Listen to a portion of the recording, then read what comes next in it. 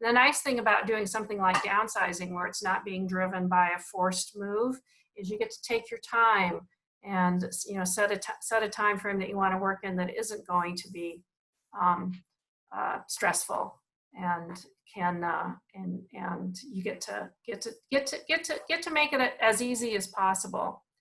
I always tell people, you know what, that's another thing I say to people often is whether you're downsizing or buying your first home, you make a list of 10, 15 things that are important to you. Nobody gets them all. Yeah. They don't understand. A lot of people, especially first-time home buyers, they don't always understand that. But when you're selling $1 million home, there's something about the home that's not perfect for the new buyers. At least one thing, if not more. And I always say, if you have 10 things, if you get 7 of them, and they're kind of your more important stuff, that's great. You can't get everything, no matter what price you spend. It just doesn't work out that way. Yeah, and it's funny too, and that's why it's important to get to know an area and also see as many homes as possible, although in our current environment, there's not a lot of homes for sale. But just to walk through them, and maybe something that didn't seem important at the time becomes important, or visually, like you're in a home that has really high ceilings or those high doors. I have a house out at Lake Las Vegas that has these wonderful, really tall doors, and you get that sense of just airiness and spaciousness and elegance. And little things like that you don't really notice until you're actually in the house itself.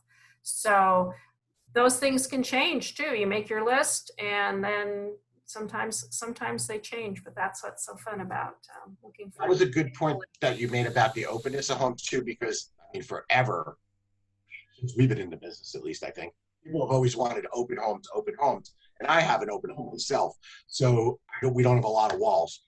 But I was reading an article about how people are starting, possibly because of the virus and the pandemic, to go the other way, because all of a sudden you need an office, you're working from home, and that might continue. Some companies are going to keep people at home, I think. Yeah, I think, that's what I was mentioning earlier, is it may not be the same style of home that works for you anymore. Obviously, if you're retired, everybody likes to have a space where they can work. We have a 3-bedroom house, and one of the bedrooms is my husband's. We'll call it an office. It's got like papers all over the place, but it's a place for him to keep his stuff, and he likes that. Our house, when we moved, we moved from a really open house to a house that is smaller. But I actually like it, because sometimes he's doing something in one room, the living room, and there's a little sunroom in the back, and I can go back there and be quiet. But also, we're still close enough. It's not like I have to, call him up or text him from my 4,000 square foot house, across the way. So we actually enjoy having the separate rooms, because it makes, in a smaller house, it's actually kind of nice, because you can have a room maybe that is more cluttered than the ones you want people to see. Like I don't want to turn the camera all over my office that I'm sitting in.